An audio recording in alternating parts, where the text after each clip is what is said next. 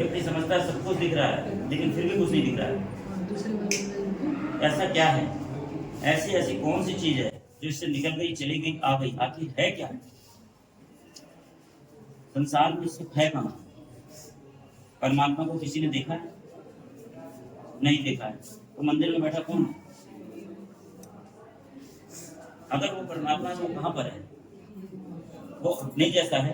क्या हम उससे मिल सकते हैं? क्या हम उस जैसा बन सकते हैं? मुझे भी उस जैसा बनना है। मैं भी, क्योंकि गुरुदेव का कहना है, तुम बीज वृक्ष बन सकते हो, तुम फूल हो, सागर बन सकते हो, तुम आत्मा और परमात्मा बन सकते हो। बस मेरे कदम भी इस वक्त मार्ग पर चल रहा है। जो कुछ भी हूँ गुरुदेव के कारण से, उन्हीं की वजह से। या तो मैं तो बुझा था, उन्होंने जला दिया। एक जलता हुआ दीपक 1 लाख बुझे दीपक को जला सकता है, लेकिन 1 लाख दीपक बुझे हुए मिलकर भी एक दीपक नहीं जला सकता। जो कुछ भी है गुरुदेव की कृपा है, उनकी ही है। हम लोग किसी इंस्टीट्यूशन में नहीं गए, हमारे गुरुदेव भी नहीं गए कहीं, लेकिन जो कुछ भी है वो आपके भीतर उपलब्ध है। जितने बड़े बड़े ग्रंथों की रचना हुई, उन ग्रंथों को पढ़ने के लिए, सीखने के लिए, क्या जिन्होंने रचना की वो किसी इंस्टीट्यूट में गए थे क्या? नहीं गए। आखिर वो ज्ञान कहाँ से आया? कहीं से तो आया। स्पिरिचुअल पावर, देव शक्तियों के माध्यम से। उस ज्ञान को प्राप्त करने का माध्यम है अपने भीतर हर आत्मा में मति और श्रुत नाम का ज्ञान जो उपलब्ध है। उस ज्ञान की सर्वोत्कृष्ट अवस्था को प्राप्त करने के लिए थोड़ा व्यक्ति पुरुषार्थ करे तो जैन दर्शन कहता है ज्ञानावरणी कर्म का जब क्षयोत्सम होगा, नाश होगा, तो उसके भीतर से वो ज्ञान प्रकट हो जाए। तो बस अपने कर्मों के क्षय करने के लिए ये साधना आराधना इसीलिए की जाती है। समस्त धर्मों में व्रतों की महिमा का दान किया गया है। व्रतों की महिमा का दान करने के पीछे ऑब्जेक्ट यही है कि हमारा जो ज्ञान है वो ज्ञान सम्यक ज्ञान में परिवर्तित हो जाए। वो ज्ञान हमें केवल ज्ञान की उपलब्धि कराती है, बस इतना ही। और इस ज्ञान के और कुछ भी इस संसार में इसके अतिरिक्त और है नहीं। जैन दर्शन में पूरी युवा पीढ़ी जो है, पहली बात जैन धर्म में सार्वभौमिक धर्म, हवाएं सभी के लिए, पानी सभी के लिए, डॉक्टर, हॉस्पिटल, स्कूल, कॉलेज सभी के लिए, देश का प्रधानमंत्री, राष्ट्रपति, मुख्यमंत्री जो सीट पर बैठे सभी के लिए है। ठीक उसी प्रकार जैन धर्म भी जन जन के लिए है, हर व्यक्ति के लिए। पानी वही, कुआं वही, जिसके पात्र में जितना आ जाए वो उसका हो जाता है। कि मेरे पात्र में आ गया, ये मेरा मानने लगता है। बस व्यक्ति इसी में जी रहा है कि ये मेरा है, ये उसका है। नहीं, जो कुछ है वो शाश्वत है, यहीं पर था, यहीं से लिया था, यहीं छोड़ जाएंगे। मैं साथ क्या लाया था, क्या लेके जाऊंगा, ये बहुत महत्वपूर्ण है। युवा पीढ़ी जितने भी युवा वर्ग हैं, अभी आपने यहाँ पे कुंभ का मेला देखा होगा, पूरे देश में लगभग आधी आबादी ने उस पे वहां पर जाके कुंभ का स्नान किया। स्थान वही था, उतने ही स्थान में करोड़ों आदमी ने एक साथ स्नान कर लिया, फिर भी कोई व्यक्ति अस्वस्थ नहीं हुआ, पानी गंदा भी नहीं हुआ। ये स्वच्छता, लोगों की आस्था, ये श्रद्धा इस बात का सूचक है। हर चीज पर भारी है तो आस्था और श्रद्धा भारी है।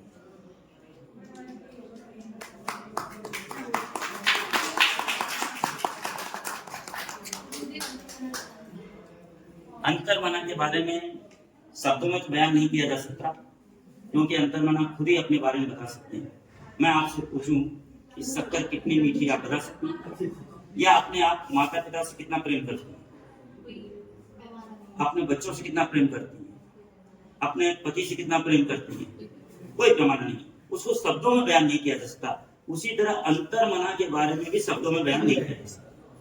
लेकिन फिर भी आपसे इतना कहूंगा, वर्तमान में जितने भी साधक आराधक हैं हमारे दिगंबर जैन संप्रदाय में, इस धर्म को मानने वाले, उसमें अंतर्मना आचार्य प्रसन्न सागर जी महाराज ने अभी तक 36 वर्षों में 5000 से भी ज्यादा व्रत उपवास किए। और उन्होंने इस मिथक को, हम लोग शास्त्रों में, ग्रंथों में पढ़ते थे कि 1 माह उपवासी साधु होते हैं। जो उपवास का मतलब जैन दर्शन में हमारे यहाँ न कुछ खाना न कुछ पीना।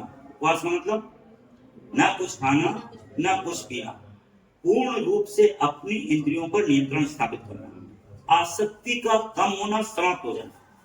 उपवास इसीलिए किए जाते हैं। हमारे स्पर्श इंद्रिय, रसना इंद्रिय, चक्षु, घ्राण, कर्म, जो पांचों इंद्रियां हैं, उस पर नियंत्रण कैसे प्राप्त करें, पहली चीज। दूसरी बात, भीतर से भी आसक्ति ना होना। बाहर से आंखें बंद कर ली, कान बंद कर लिए, स्मेल भी नहीं ले रहे हैं, मौन होकर बैठ गए, लेकिन भीतर से भी आसक्ति बनी हुई है, तो भी जैन दर्शन कहता है कि मोक्ष नहीं होगा। यदि तुम मुक्त होना चाहते हो, शाश्वत सुख को पाना चाहते हो, तुम्हें भीतर से भी आसक्ति को समाप्त करना पड़ेगा। और गुरुदेव अंतर्मना का कहना है, जिसे तुम चाहो उससे कुछ मत चाहो, जिसे तुम चाहो उससे कुछ मत चाहो। सारा खेल चाहत के ऊपर चल रहा है। हर व्यक्ति चाहता है, कर नहीं पा रहा है, कहता है। लेकिन अंतर्मना आचार्य श्री प्रसन्न सागर जी महाराज ने 1 माह नहीं, 2 माह नहीं, लगातार 557 दिन तक उन्होंने 496 उपवास 61 पारणों के साथ करके तीर्थराज समय शिखर में पूरे जगत को ये संदेश दिया कि संसार में खा के मरने वालों की संख्या ज्यादा है, न खा के मरने वालों की संख्या कम है। और तुम भी बिना कुछ खाए पियोगे, तुम भी रह सकते हो, चल सकते हो। जब कोरोना हो गया था, डॉक्टरों ने आपको 21 दिन के लिए क्वारंटाइन कर दिया, रहो अकेले, कोई नहीं छुएगा। तो अंतर्मना पहले से कहते हैं अकेले रहो, क्या दिक्कत है? कोई दिक्कत नहीं। तुम संयम से रहो, संयम से खाओ पियो, व्यवस्थित रहो, तुम्हारा जीवन अच्छा हो जाएगा। ये बहुत बड़ी बात है। अंतर्मना जहां अपनी आत्मा का कल्याण कर रहे हैं, सर्वोच्च शिखर की और सिद्ध अवस्था के अग्रसारित हैं, ठीक उसी प्रकार से उनकी साधना आराधना जन जन के लिए कल्याणकारी है। उनकी ये सोच है, यदि मैं आपसे पूछूं कि आप खुश रहे वो महत्वपूर्ण है कि दूसरे लोग खुश रहे वो महत्वपूर्ण है? आपके कारण दूसरे लोग खुश रहे वो ज्यादा महत्वपूर्ण, आप खुश रहे वो महत्वपूर्ण। अब देखो, आप खुश हैं, लेकिन आपकी खुशी में दूसरे लोग शरीक नहीं हो रहे, वो इतने ज्यादा इंपॉर्टेंट नहीं है। For example, Indian cricket team ने अभी आपके आईसीसी वर्ल्ड कप टूर्नामेंट जीता, 11 प्लेयर थे, उन्होंने मेहनत की, खेल जीता। जीतने के बाद पूरे देश में खुशियां मनाई, पूरा देश उसमें शरीक हो गया, ये बहुत महत्वपूर्ण है। उनके मैच जीतने से क्या फर्क पड़ा? पूरे देश में खुशियां शामिल हो गई। एक व्यक्ति मेडल जीतता है, पूरा देश खुशियां मनाता है, राष्ट्र का ध्वज लहराने लगता है, ये बहुत महत्वपूर्ण। अंतर्मना कहते हैं, मेरी साधना आराधना से संसार के सभी प्राणी सुखी रहें, स्वस्थ रहें। वो उपवास इतने करते हैं तो उसके पीछे लॉजिक साथ में ये भी है, जहां पर इंद्रियों पर पूर्ण नियंत्रण की घोषणा है, वहीं भूख से ऊपर उठ करके उन्होंने जीना सीख लिया, प्यास से ऊपर उठ करके जीना सीख लिया। अर्थात दूसरी बात, मेरे हिस्से का भोजन, मेरे हिस्से का पानी दूसरे व्यक्ति को उपलब्ध हो जाए, संसार में कोई भी व्यक्ति भूखा प्यासा न रहे, इस बात की घोषणा है। और लाल बहादुर शास्त्री ने भी बात कही थी कि 7 दिन में एक दिन व्यक्ति एक टाइम भोजन नहीं करे तो हमारे देश में कोई व्यक्ति भूखा और प्यासा नहीं रहे। सबसे बड़ी बात है जागरूकता की। दूसरी बात, तीर्थ हमारे सुरक्षित हैं तो हमारे संस्कार सुरक्षित रहेंगे, हमारी संस्कृति सुरक्षित रहेगी। इसलिए तीर्थों का संरक्षण होते रहना चाहिए। तीर्थों की सुरक्षा बहुत अनिवार्य है।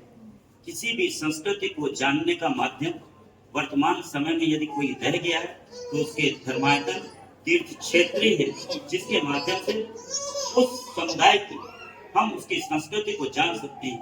इन मंदिरों के कारण, इन तीर्थों के कारण, तभी तो हम ये कह सकते हैं हमारा धर्म इतना पुराना है, ये सनातन परंपरा इतनी पुरानी है, ये इस समय से चली आ रही है। अगर ये तीर्थ नहीं होते, ये मंदिर नहीं होते, ये मूर्तियां नहीं होती, तो हम ये कैसे कह सकते थे कि हमारे यहाँ ये परंपरा चली आ रही है? तो इस बात पर जो तक हमारी संस्कृति, हमारे संस्कार सुरक्षित रहें, इसके लिए सभी को जागरूक होकर के प्रयास करना चाहिए। रही बात, हम कोई भी चीज जानने के बाद उसके बारे में सोचते हैं, उसका मूल्य हमें तब तक नहीं समझ में आता है जब तक वो चीज हमारे पास रहती है। फॉर एग्जाम्पल, यदि आपके पास, आप घर में रहती हैं, आपके श्रीमान जी आपको उन्होंने इतना धन्यवाद नहीं देते होंगे, लेकिन आप अपने मायके चली जाए और 15 दिन नहीं आए, तब श्रीमान जी को एहसास होता है कि मेरी पत्नी होती कितना अच्छा हो, तब उनको एहसास होता है। सच्चाई नहीं। जब बच्चे घर से दूर चले जाते हैं तब बच्चों की याद आती कि नहीं आती? तो बच्चे घर में अच्छे लगते हैं कि दूर रहते हैं तब अच्छे लगते हैं? आप बताएं। हमारे थोड़ी दूरियां हैं तब तक। अगर वो कोई भी किसी के पतिदेव यदि 48-72 घंटे साथ में रह जाएं, अरे तुम्हें आप जाओ, हकीकत यही। और 72 घंटे दूर रह जाएं, अरे कहाँ थे? थोड़ी दूरियां चाहिए, डिस्टेंस मेंटेन करना बहुत श्रद्धा के साथ, आस्था के साथ चल रही है। लेकिन अभी भी उसमें एक ही कमी है कि जब से ये हमारे जीवन में मोबाइल आ गया है, और गुरुदेव कहना जिसके पास मोबाइल होता है उसका कोई नहीं होता है ना। जिसके पास मोबाइल, तो मोबाइल के पास में तो कोई नहीं, लेकिन जिसके पास मोबाइल उसका सब कोई है, पूरा संसार उसके पास में, सारी दुनिया उसके पास में। लेकिन फिर भी मोबाइल जिसके पास में है उसका कोई भी नहीं। इसमें 3000 मित्र हो सकते हैं, लेकिन वास्तव में एक मित्र नहीं है। तो फिजिकल लाइफ में चलना चाहिए, हमें वास्तविकता के धरातल पर रह करके प्रगति के सोपानों को चखना चाहिए और प्रगति के मानक तय करने चाहिए। इस वास्तविकता के धरातल से अगर हम हट जाएंगे तो हमारी संस्कृति नष्ट हो जाएगी। मुझे प्रसन्नता है कि युवा पीढ़ी की आस्था, उसकी श्रद्धा, उसका विश्वास पूर्ण रूप से अपनी संस्कृति के प्रति बना हुआ है। चाहे कितनी भी विकृतियां आपको दिख रही हो, लेकिन वो विकृतियों में डूबने वाला नहीं, नष्ट नहीं होने वाला। इसका जैन समाज की जहाँ तक बात है तो हम लोग संख्या में कम हैं, लेकिन कमजोर नहीं है। लेकिन अभी हम कमजोर भी पड़ते, क्योंकि संख्या में कम होने के बाद हमारी बात हम किससे कहें, किसको सुना है, क्योंकि अपना कोई एक लीडर नहीं है। इसका कारण है जब तक कोई एक लीडर नहीं होगा तब तक ये सब कार्य हल होने वाला भी नहीं। एक व्यक्ति के नेतृत्व में देश, समाज प्रगति कर सकता है। इसलिए इस ओर भी ध्यान दिया जाना चाहिए। हमारी ऐसी कोई संस्था हो, सर्वमान हमारा ऐसा कोई व्यक्तित्व हो, ऐसा कोई लीडर हो, ऐसी कोई समिति हो जिसके पास जाने से लोग उसकी बात सुन सकें, अपनी बात ऊपर तक पहुंचा सकें, कह सकें, तब तो सब ठीक रहेगा। अन्यथा तो जैसा चल रहा है वैसे ही होगा। गुरु जी चारों संप्रदाय इकट्ठे करवा दो, सब हो जाएगा। क्या चीज? गुरु जी ने चारों संप्रदाय जो है ना, ये भाई देखो, कुछ पकड़वा दो। ये काम संतों के माध्यम से नहीं हो सकता। संत केवल प्रवचन उपदेश दे सकते हैं, करना तो आपको पड़ेगा। बच्चे को माता पिता स्कूल में भेज सकते हैं, अब बच्चा कॉपी में लिख के नहीं आया तो वो क्या करेंगे? इसमें माता पिता क्या कर सकते हैं? तो गुरु आपके माता पिता है, वो आपको प्रेरणा दे सकते हैं, कह सकते हैं। अब आप नहीं करो तो उसमें क्या कर सकते? बाकी अंतर्मना आचार्य प्रसन्न सागर जी की सबसे बड़ी विशेषता, उन्होंने कक्षा 5 तक शिक्षा को, लौकिक शिक्षा को हासिल किया। लेकिन उसके बावजूद अभी वर्तमान समय में सिर्फ एकमात्र ऐसे आचार्य हैं जिनका नाम गिनीज बुक रिकॉर्ड में, इंडिया बुक रिकॉर्ड में, एशिया बुक रिकॉर्ड में दर्ज है, जिन्हें डॉक्टरेट की डिग्री फिलीपींस की, वो जैसे यहाँ पर अपने यहाँ गोवा दमन द्वीप है, उस तरह की वहाँ के पूरी द्वीप है, उसकी महारानी ने वहाँ के प्रदत्त किया, वहाँ के महाराजा ने उनको अपने यहाँ का सर्वोच्च अवार्ड प्रदत्त किया। वियतनाम यूनिवर्सिटी ने डॉक्टरेट की मानद उपाधि से अलंकृत किया। और अभी अहमदाबाद की स्टार्टअप यूनिवर्सिटी कुंजवन में जब वर्षा युग चल रहा था तो वहाँ पर डी.लिट की उपाधि से उनको अलंकृत किया। तो बहुत सारी सब कुछ चीज होने के बावजूद अंतर्मना किसी भी चीज में लिप्त नहीं है। निर्लिप्त जीवन को अगर कहीं देखना है कि जैसे कमल जल में रहते हुए उससे भिन्न है, इस प्रकार का अगर कहीं दृष्टांत है अंतर्मना आचार्य प्रसन्न सागर जी महाराज। जिस समय पब्लिक उनको सुनना चाहती है, संसाधन उनके पास, सारी व्यवस्थाएं, उस समय वो उपवास करके मौन पूर्वक एकांत में बैठ जाते हैं। जब वो कुछ नहीं बोलते तब लोग उनको सुनना चाहते हैं, जब वो नहीं देखते तो लोग उनको देखना चाहते हैं। कितनी बड़ी बात है, और इससे बड़ी उपलब्धि नहीं हो सकती। केवल उनके दर्शन करने मात्र से, नमस्कार करने मात्र से, उनके पास पहुंचने मात्र से लोगों के कार्य संपन्न हो जाते हैं। बहुत बड़ी बात है। पूरे वर्ल्ड में कहीं घूम के आ जाओ, माइग्रेन का कोई इलाज नहीं है, लेकिन अंतर्मना के पास आओ, मंत्र फूक देते, पढ़ देते, माइग्रेन ठीक हो जाती है। अब बहुत सारी बातों का वो प्रचार क्यों नहीं करते, क्यों नहीं बोलते? इसका कारण है उनका उद्देश्य, जो ऑब्जेक्ट, एक आत्मा परमात्मा बनने की ओर अग्रसरित है, व्यवस्थित है, आनंदित है, उसका काम प्रचार प्रसार करना है, सब नहीं है। पेड़ नहीं कहता मेरे पास आओ, कोई भी आज तक फूल ने नहीं कहा कि तुम मेरे पास आके खुशबू लो, मेरा मकरंद पी जाओ। कभी नदियों ने नहीं कहा तुम मेरे पास आके पानी पियो। तुम्हें प्यास है तो तुम नदी के पास पहुंच जाओ, तुम्हें खुशबू की आवश्यकता है तो फूल के पास पहुंच जाओ। बस यही स्थिति अंतर्मना की है। तुम क्या चाहते हो जीवन में? याद रखो, चंदन के निकट दूसरे वृक्ष रखते तो उसमें चंदन की खुशबू आ जाती है, उसी प्रकार हैप्पी सागर के निकट आओ तो हैप्पीनेस की खुशबू आ जाती है।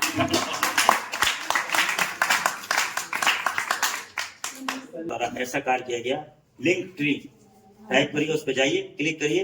एक क्लिक करने से आपको अंतर्मना के बारे में, कि अंतर्मना कहाँ पर है, अंतर्मना की फोटो चाहिए, उनके फोटोज चाहिए, उन्होंने कौन कौन से ऐसे कार्य किए जो आज भी लोगों को प्रेरणा देते हैं, बहुत सारे संस्मरण, सब कुछ आपको एक क्लिक पर प्राप्त हो जाएगा। लिंक ट्री आप इस पर जैसे ही लिंक ट्री पे जाके उस पर क्लिक करेंगे, अंतर्मना आपको मिल जाएगी, पूरी आप जानकारी उपलब्ध कर देंगे। अब हमारे बारे में क्या जाना? अंतर्मना को जो जानता है, हम उसके परिवार की शाखा है, वो उसी से हमारी पहचान है। हमारी अपनी कोई एग्जिस्टिंग पावर नहीं है। हमारी पहचान किससे? अंतर्मना से। पत्ता तब तक सलामत है जब तक वो पेड़ से जुड़ा होगा, उसकी डाल से जुड़ा होगा। ठीक उसी प्रकार से व्यक्ति तब तक सुरक्षित है, वो परिवार से जुड़ा है। परिवार सुरक्षित तब तक है जब वो समाज से जुड़ा है। समाज तब तक सुरक्षित है, वो धर्म से जुड़ी है। धर्म तब तक सुरक्षित है जब तक वो संतों से जुड़ा हुआ है, और हम तब तक सुरक्षित जब तक हम गुरु से जुड़े।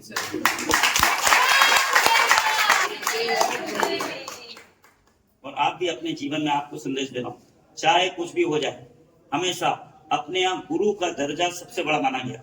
देव शास्त्र गुरु के प्रति श्रद्धा होना, निश्चित रूप से एक रूपता होना अनिवार्य है, लेकिन गुरु पर श्रद्धा होने से, क्योंकि आप अब गुरु को बड़ा क्यों कहा गया? हम आपसे पूछे, आप बताइए क्यों कहा गया भाई? अच्छा, तो क्या भगवान ने शिक्षा नहीं दी? तो फिर अब गुरु के माध्यम से मिली। अच्छा ठीक है, और क्यों बड़ा है गुरु? गुरु इसलिए बड़ा है क्योंकि देखो शास्त्र है, शास्त्र को पढ़ के हम जान सकते हैं कि ऐसा ऐसा हुआ था। अब हमारे मन में कोई भी प्रश्न है तो हम किससे पूछेंगे? क्लियर। दूसरी बात, हमने ये जाना, किसने बताया? ये भगवान है तुम्हारे गुरु ने। तीसरी बात, यदि हमने खोटे कर्म किए, गलत कर्म किए और भगवान के पास पहुंच गए, भगवान क्या कहेगा? तुमने गलत काम किए, जाओ नरक में। अब तुमने अच्छे काम किए, जाओ स्वर्ग में। इतना ही करेगा। लेकिन अगर आपने खोटे काम किए, गुरु के पास पहुंच गए, गुरु कहेगा मेरे पास आओ, इन पापों का प्रायश्चित करो, तुम्हें स्वर्ग और मोक्ष में दिला दूंगा। कोई एक ताकत अगर किसी के पास में है तो सिर्फ गुरु के पास है।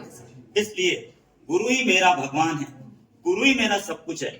उन्हीं के कारण मेरी श्रद्धा, मेरी आस्था देव शास्त्र गुरु पर व्यवस्थित बनी। इसका श्रेय गुरुदेव को जाता है। ठीक है ना? अनवरत रूप से अभी तक अंतर्मना आचार्य प्रसन्न सागर महाराज लगभग 1.5 लाख किलोमीटर की पद यात्रा कर चुके, इतना पैदल चल चुके। हाँ, इतनी यात्रा, पद यात्रा करते करते अब वो, उनके कदम धीरे धीरे और आगे की तरफ बढ़ रहे हैं, सने सने। क्योंकि बहता हुआ पानी, चलती हुई हवाएं, उगता हुआ सूरज हमेशा अच्छा लगता है, उसी तरह चलता हुआ संत भी अच्छा लगता है। सिर्फ हम लोग 4 महीने जगह रुकते हैं वर्षा योग में, बाकी हमेशा विहार करते रहते, चलते रहते। और बद्रीनाथ की यात्रा पे जा रहे हैं भी। यहाँ से मुक्तेश्वर धाम में 9 अप्रैल को पहुंचेंगे। मुक्तेश्वर धाम, वहाँ पे 10 अप्रैल को भगवान महावीर का जन्म कल्याण एवं अंतर्मना का 36वां दीक्षा दिवस वहीं पर मनाएंगे, बहुत आनंद के साथ में। और भरोसा, विश्वास, ये भी दिखाई नहीं देता है, लेकिन इनके बगैर दुनिया चलती नहीं। विश्वास है और उनका आशीर्वाद है, तभी दुनिया चलती है। जो दिखाई परमात्मा, जब कोई नहीं दिखाई देता तब परमात्मा ही दिखाई देता है। ठीक है, बहुत सारा आशीर्वाद शास्त्र है। पहली बात यह है, जिन्होंने इंद्रियों पर विजय प्राप्त कर ली, जो उनके अनुयायी हैं, वो तो जैन है ही, लेकिन जैन का मतलब जे माने जस्टिस, ए माने अनाउंसमेंट, आई माने इंफॉर्मेशन, एन माने नाइस। जो न्याय पूर्वक जीवन जीने की श्रेष्ठतम घोषणा करता है, जीता है, वही व्यक्ति जैन है। तो कोई भी हो सकता है, कहीं विरोधाभास है ही नहीं। घूमते से बाहुली है, आप गए होंगे, तो वो इस बात की घोषणा कर रहे हैं कि हमारे यहाँ जैन साधु नग्न क्यों रहते हैं? आसक्ति से, पर पूर्ण रूप से विजय। उनको शरीर पर भी आसक्ति नहीं है, किसी पे भी आसक्ति नहीं, कुछ भी नहीं चाहते, अपने में लीन है, आनंदित होकर रहते हैं। जो शाश्वत है और उसी पे रहते हैं, यथाजात रूप में रहते हैं। नग्न आए थे, नग्न जाएंगे, लेके कुछ नहीं जाएंगे, बस इस बात की घोषणा करते चलते। आपसे प्रश्न, कोई भी कहते ना सबसे अच्छा खाद्य पदार्थ दूध है। आज तक जितने भी व्यक्ति बड़े खड़े हुए, दूध पी करके बड़े खड़े हुए, और लोग कहते हैं हम दूध नहीं पिएंगे। दूध नहीं पियोगे तो क्या पियोगे? बड़े खड़े किससे? इस देश वो में पहले वेगन वाला जो कॉन्सेप्ट है उसमें कहते हैं पहले वही बता रहा हूँ, वैगन। इस देश में दूध दही घी खा के व्यक्ति स्वस्थ प्रसन्नचित्त रहता था। अब इसको बैन कर दिया, नहीं मत खाओ बीमार लो, ऐसा नहीं। ये दूध नहीं पीता इसकी तरफ बच्चा। चलो, कब खाना कैसे खाना ये बहुत ये है। बहुत। कितनी मात्रा में खाना क्यों खाना ये ज्यादा जरूरी है। इसको अगर व्यक्ति अपना ले, व्यक्ति उसका ध्यान रखिए, मर्यादा का, जो हमारे यहाँ जैन धर्म में मर्यादा है 24 मिनट की मर्यादा, 48 मिनट की मर्यादा, 1 घंटे की, 3 दिन की, 6 दिन की, उस मर्यादा का पालन करे व्यक्ति हमेशा स्वस्थ एवं प्रसन्नचित्त रहेगा। ठीक है, आप